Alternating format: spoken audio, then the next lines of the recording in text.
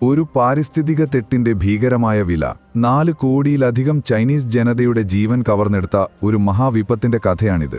ഒരു ജീവിവർഗത്തോടുള്ള സമീപനത്തിൽ വന്ന തെറ്റ് ഒരു രാജ്യത്തിന്റെ പാരിസ്ഥിതിക സന്തുലിതാവസ്ഥയെ തകിടം മറിക്കുകയും അത് പിന്നീട് ഒരു ആഗോള ദുരന്തമായി പരിണമിക്കുകയും ചെയ്തുവെന്നത് അവിശ്വസനീയമായി തോന്നാമെങ്കിലും ഇത് ചരിത്രത്തിലെ ഒരു ഉഗ്രമായ യാഥാർത്ഥ്യമാണ്.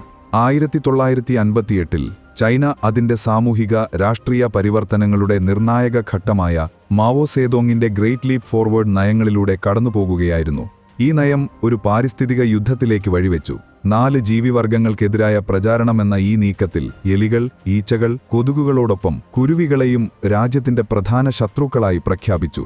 ഓരോ കുരുവിയും വർഷത്തിൽ 4 കിലോയിലധികം ധാന്യം തിന്നുന്നു എന്ന തെറ്റിദ്ധാരണയിൽ നിന്നാണ് ഈ നീക്കം ആരംഭിച്ചത്. ഈ കാരണത്താൽ ജനങ്ങളെ കൂട്ടത്തെ കുരുവികളെ വേട്ടയാടാൻ ഗവൺമെന്റ് പ്രേരിപ്പിച്ചു.